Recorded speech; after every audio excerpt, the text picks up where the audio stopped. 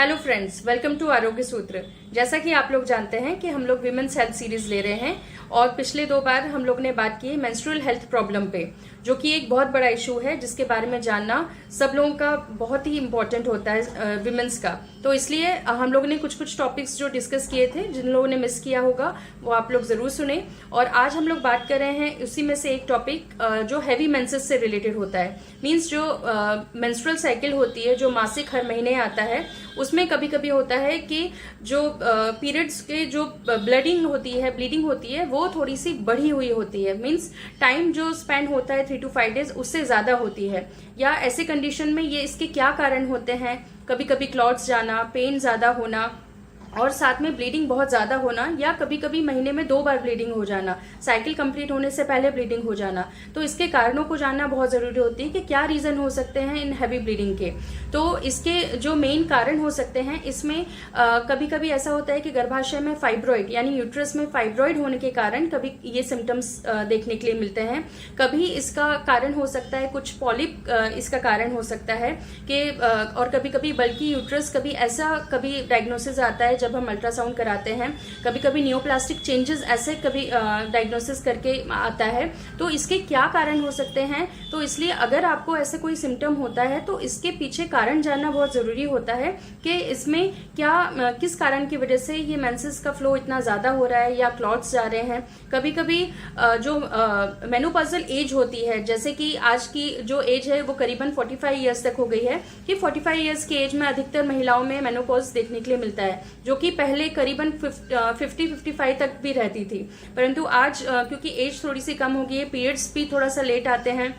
तो इस वजह से जो मेंस्ट्रुएशन, जो मेनोपॉजल जो एज होती है, उसके कारण भी कभी कभी ऐसा टाइम पीरियड होता है कि हार्मोनल डिसबैलेंस होने के कारण ये पीरियड के फ्लो कभी कभी बढ़ जाते हैं और मेंसेस कभी कभी जल्दी और फ्लो भी बढ़ा हुआ होता है। तो ये कारण जानना बहुत जरूरी है कि जो भी ये सिम्टम्स हो रहे हैं, अगर खास तौर से अगर 40+ के एज में अगर आप लोग हैं और कभी ऐसे सिम्टम हो रहे हैं कि पीरियड्स बहुत ज्यादा जा रहे हैं, मेंसेस बहुत ज्यादा जा रहे हैं, तो एक बहुत ही सिंपल सी एक जांच होती है जो कि पेप्समियर होता है। तो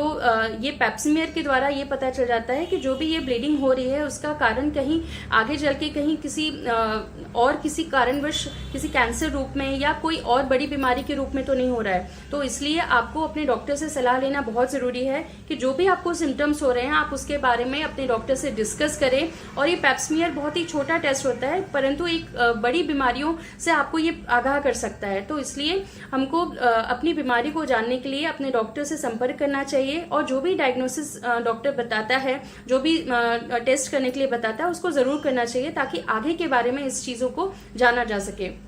कभी कभी ये ब्लीडिंग का एक और कारण होता है कि जो इंट्रायूटेराइन कॉन्ट्रासेप्टिव डिवाइस यूज किए जाते हैं, गर्भ निरोध के लिए जो डिवाइसेस या उपकरण यूज किए जाते हैं महिलाओं में, कभी कभी ये ब्लीडिंग उसके कारण भी हो सकती है। तो कभी उसका अच्छी तरह से ना बैठना या बहुत अधिक सालों तक उसका चेंज ना होना, तो ये भी कारण हो सकते हैं। तो इसके लिए अगर ब्लीडिंग ज्यादा होती है तो आप अपने डॉक्टर से जरूर संपर्क करिए और कारण जानने की कोशिश करिए कि आखिर ये क्यों हो रहा है, क्योंकि एक छोटा सा सिम्टम आगे जाके कई बड़ी गंभीर बीमारियों का रूप ले सकता है। तो ऐसी महिलाएं जो इन सिम्टम्स को बहुत हल्के में लेती हैं, इसको ऐसे ना लेते हुए अपने सिम्टम्स को समझें और उसको जानने की कोशिश करें कि इसके कारण क्या है।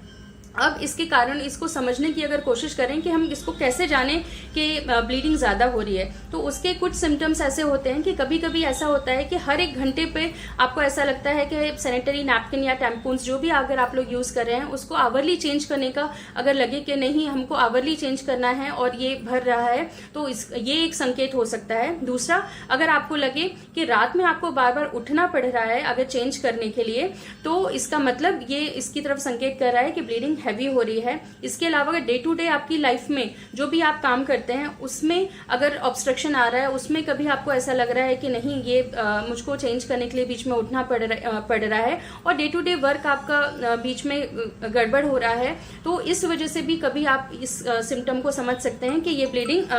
अधिक हो रही है। इसके अलावा अगर आपको ऐसा लगता है कि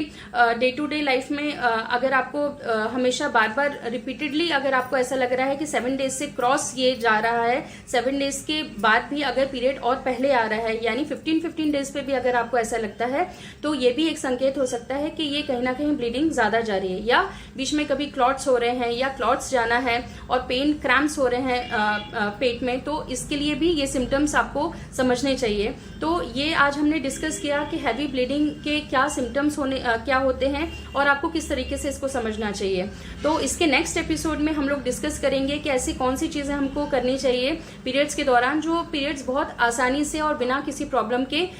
निकल जाएं और आगे जाके किसी गंभीर रूप में ये किसी बीमारी ना करें। तो स्टे ट्यून विद अस। तो हम लोग कल मिलते हैं। Thank you so much.